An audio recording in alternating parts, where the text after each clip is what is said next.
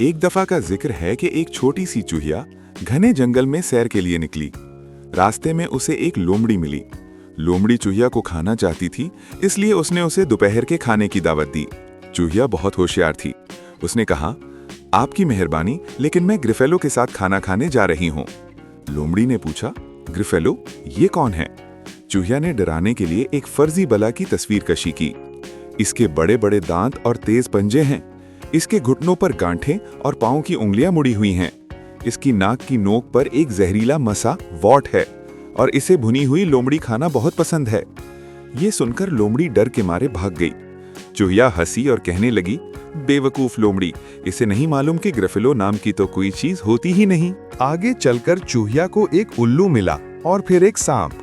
दोनों उसे खाना चाहते थे, लेकिन चूहिया ने हर बार वही कहानी दोहराई।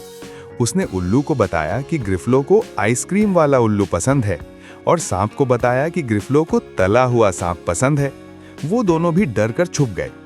चूहिया अपनी कामयाबी पर खुश थी कि अचानक उसके सामने एक सचमुच का ग्रिफेलो आ गया।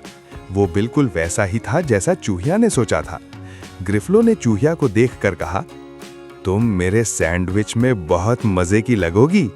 चूहिया डरी नहीं, बल्कि उसने एक चाल चली। उसने कहा, ठहरो, मैं इस जंगल की सबसे खौफनाक जानवर हूँ।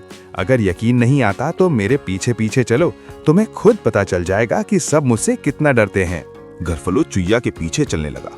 जब वो सांप के पास पहुंचे तो सांप ग्रिफेलो को देखकर हैरान रह गया और तेजी से भाग गया। ग्रिफेलो ने सोचा, वाकई सांप तो इस चूहिया से डरता है।